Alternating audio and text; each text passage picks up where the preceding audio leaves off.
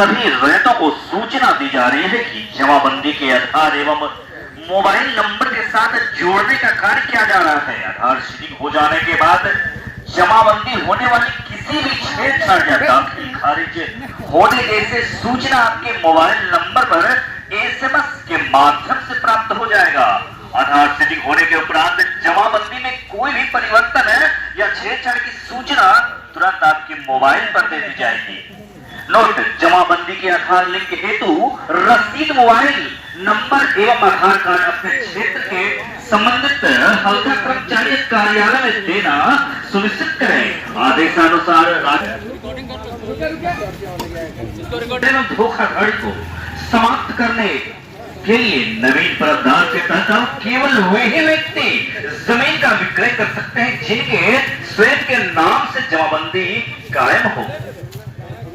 जिन परिवारों में अभिधारित एवं उन्होंने अपने अपने नाम से जमाबंदी प्रेस कॉन्फ्रेंस प्रेस मीटिंग बुलाई गई है, क्या कुछ मुख्य उद्देश्य है सर, क्या जानकारी देना चाह रहे हैं? सबसे पहले तो आप लोग का स्वागत करते हैं इस अंचल कार्यालय में। मेन बात ये था कि अभी कुछ दिनों पहले 26/2/2024 का एक लेटर आया है जो सीधे मेरे डिपार्टमेंट राजस्व एवं भूमि सुधार विभाग का है। उसके तहत कुछ नए प्रावधान लाए गए हैं कि पहले क्या होता था कि जितने भी जमाबंदी रैयत होते थे या जमाबंदी रैयत के परिचय होते थे वो ज़मीन बेचते थे, लेकिन अब ये रोक लगा दिया गया कि ज़मीन सिर्फ वही बेच सकते हैं जिसके नाम से ज़मीन है, अर्थात जो जमाबंदी रैयत है वही सिर्फ ज़मीन बेच सकते हैं। या अगर आपको जमाबंदी के जो फरीकैन है, चाहे जितना भी फरीकैन हो, अगर वो ज़मीन बेचना चाहता है तो उसके पहले ही उसको एक वंशावली निर्माण करना होगा और वंशावली निर्माण के पश्चात बंटवारा करना होगा और बंटवारा करने के पश्चात दाखिल कराइए और अपने नाम पे जमाबंदी कायम कीजिए और उसके बाद जो है आप ज़मीन बेच सकते हैं। अगर आपके नाम से जमाबंदी कायम नहीं है तो आप ज़मीन बेच नहीं सकते हैं, रोक लगा दिया गया है। अच्छा सर, इसमें तो लंबा समय प्रोसेस लगेगा। कुछ लोग ऐसे भी हैं जिनकी बेटी की शादी है या फिर जरूरी काम है, ज़मीन बेच के अपना किया करते थे, लेकिन अब तो एक लंबा प्रोसेस लगेगा, लंबा समय लगेगा, तो उस दौरान उनके लिए क्या समय, कितना समय लगेगा इस अद्यतन करने में? अद्यतन करने में ये डिपेंड आप पे ही करेगा, क्योंकि हम कल से ही इस प्रोग्राम को लॉन्च करने जा रहे हैं। जितने भी मेरे कर्मचारी हैं सब हल्का बार में कल हम एक टाइम निर्धारित कर दिए हैं। उसी टाइम के दौरान में जितनी पंचायत में हल्का कर्मचारी जो बैठेंगे या तो पंचायत सरकार भवन में या निर्धारित स्थान पे वो बैठेंगे, उसका टाइमिंग हम जो निर्धारित कर चुके हैं 10:30 से लेकर शाम 4 बजे तक वो बैठेंगे और आपको वहाँ पे आना है और वहाँ पे वंशावली बनाना है। पहले नंबर पे आपको वंशावली ही बनाना होगा, चाहे अगर दादा के नाम से, परदादा के नाम से, कुछ किसी के नाम से, अगर आपके नाम से नहीं है होल्डिंग या जमाबंदी रैयत नहीं है तो उसके पहले बंटवारा करना होगा। बंटवारा करने से पहले ही हमको जो वंशावली का निर्माण करना होगा और वंशावली निर्माण करने के लिए एक ही प्रोविजन से आपको खुद ही बनाना है। इसके लिए आपको कहीं दौड़ना नहीं है। आप खुद बताएं कि मेरे दादा का नाम ये, मेरे दादा के नाम से खतियान है और उसके बाद जितनी फरीकैन में जैसे दादा हैं, दादा के पुत्र में उसमें कितने पुत्र थे, फिर उसके पुत्र हुए, कितना पुत्र वर्तमान में है, ये सारी जो सूची आपको तैयार करके कर्मचारी को देना होगा। इसका कोई शुल्क नहीं, अगर सर कोई शुल्क नहीं, फ्री ऑफ कॉस्ट। सर अगर हम गलत सूचना दें तब आप मुझे सभी का सिग्नेचर होगा, आप मुझे स्व हस्तांतरित करने के लिए, बनाने के लिए दे रहे हैं, तो हम चाहे अब मेरे 2 दादाजी हैं, हम चाहेंगे कि दादाजी को छोड़ देंगे, हाँ, एक ही का नाम लें, तो क्या मेरे नाम पे वो हो जाएगा?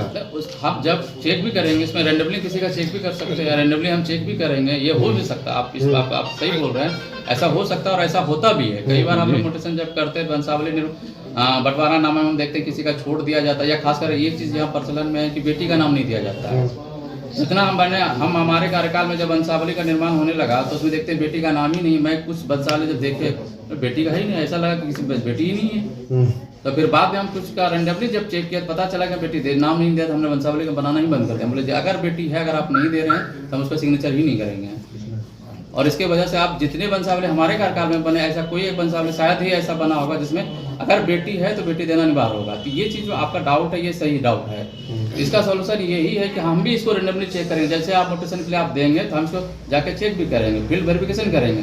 अगर उस दौरान पकड़ेगा तो फिर उस पर हम दाखिल खारिज नहीं करेंगे। सर 10 से 4 जो बोले आप टाइम कर्मचारी का, अगर वो नहीं उपस्थित रहेंगे हम उसको लाइव लोकेशन बोलेंगे। आप जाइए, जिस पंचायत से अगर हम बैठेंगे वो हमको एंट्री पॉइंट जैसे होगा हम उसको लाइव लोकेशन देंगे। प्रत्येक मंगलवार, बुधवार, बृहस्पतिवार, ये 3 दिन अनिवार्य तिथि रहेगा हमारा। अर्थात इसके प्रोग्राम कल से हम स्टार्ट करें, मंगल बुध बृहस्पति ये 3 दिन रहेगा। अगर रिस्पांस इसका बहुत अच्छा हो रहा है और हम देखेंगे पब्लिक बहुत ज़्यादा आ रहा है तो हम इसको अपनी तरफ से बृहस्पति तक है, हम शुक्रवार भी कर देंगे, 1 दिन बढ़ा देंगे, क्योंकि पब्लिक वेलफेयर का काम है। लास्ट समय कब तक है? कब तक चलेगी ये सर? ये चलता रहेगा, इसका कोई टाइम लाइन नहीं है, लेकिन सरकार के द्वारा ये निर्देश है कि आप इसको जल्द से स्टार्ट करें और जितना ज़्यादा हो करें। इसके लिए कोई टाइम लाइन फिक्स नहीं कि हमको 1 महीना तक करना है या 2 महीना तक करना है। अगर 2 भाई है सर, तो उसमें अगर मान के चलिए दोनों को अगर दोनों मिलकर जमीन बेचना चाह रहा है तो उसमें अगर तीसरा आदमी अगर कोई आपत्ति डालता है तो सर उसके लिए क्या व्यवस्था? तीसरा आदमी आपत्ति कौन डाल सकता है? जी। आपत्ति आपका रिलेशन नहीं डाल सकता है ना, अगर तो ब्लड रिलेशन अगर दुश्मनी से कोई डाल दिया सर मोटेशन को रुकवाने के लिए सर, उसका क्या प्रावधान है? इसका प्रावधान ये होता है कि जब भी हमारे अंचल कार्यालय में आपत्ति को डालता है तो आपत्ति की हम सुनवाई करते हैं। सुनवाई के क्रम में हम उसके जैसे कोई आपत्ति आपने ही डाल दिया, हम आप बताएंगे ना आपत्ति किस आधार पर डाल, आपत्ति कौन डाल सकता है? या तो जवाबदेह रैयत के फर्कियन होगा, या तो आपका चौकीदार होगा, या तो कोई ब्लड रिलेशन वाला ही लोग हो सकता है।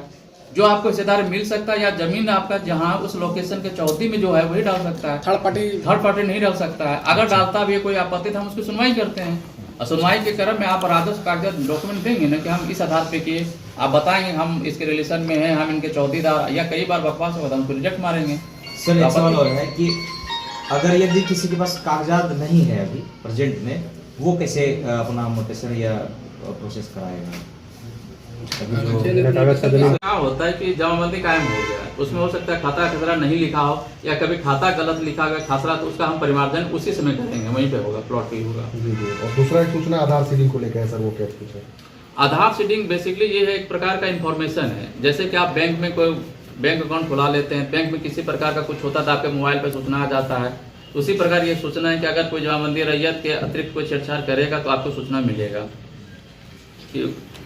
है कि हम डबल शिफ्ट में लगाएंगे, एक शिफ्ट में वहाँ भेजेंगे, दूसरे सेकंड शिफ्ट में वहाँ भेज देंगे। उसका ये है कि अगर मोटेशन हो गया है तो दाखिल खारिज मोटेशन तोड़वाना होगा इस LR कोर्ट से।